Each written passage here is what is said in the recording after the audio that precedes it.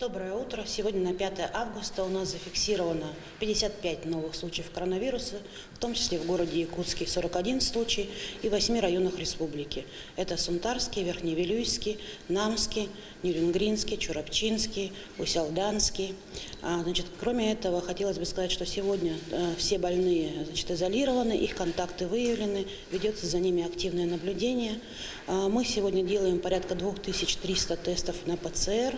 Всего за весь период сделано свыше 315 тысяч тестов по республике. Хотелось бы отметить, что, к сожалению, несмотря на то, что ситуация, как вы видите по цифрам, ежедневно улучшается, но тем не менее мы фиксируем большое количество заболевших сегодня уже другой категории лиц. Это хронические заболевания, это люди старшего поколения. У них заболевание протекает наиболее тяжело. У нас сегодня достаточно большое количество людей лежит на кислородной поддержке.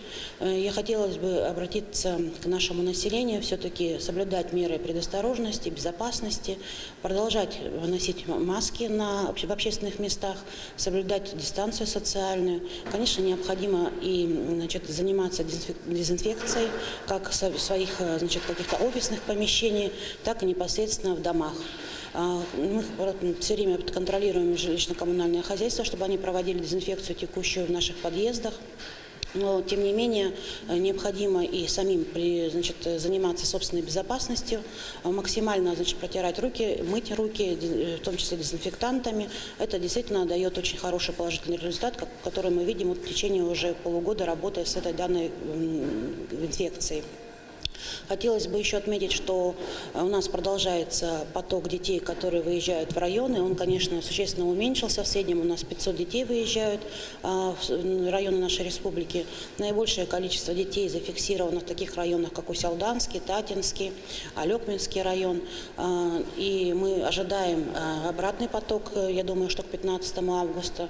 Поэтому не исключаем вероятность повышения заболеваемости опять в городе Якутске.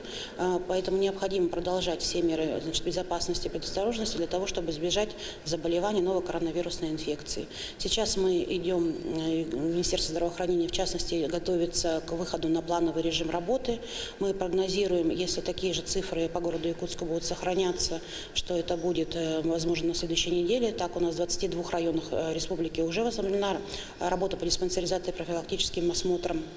И надеемся, что и город Якутск тоже перейдет эту черту, начнет заниматься своей основной работой, основной деятельностью.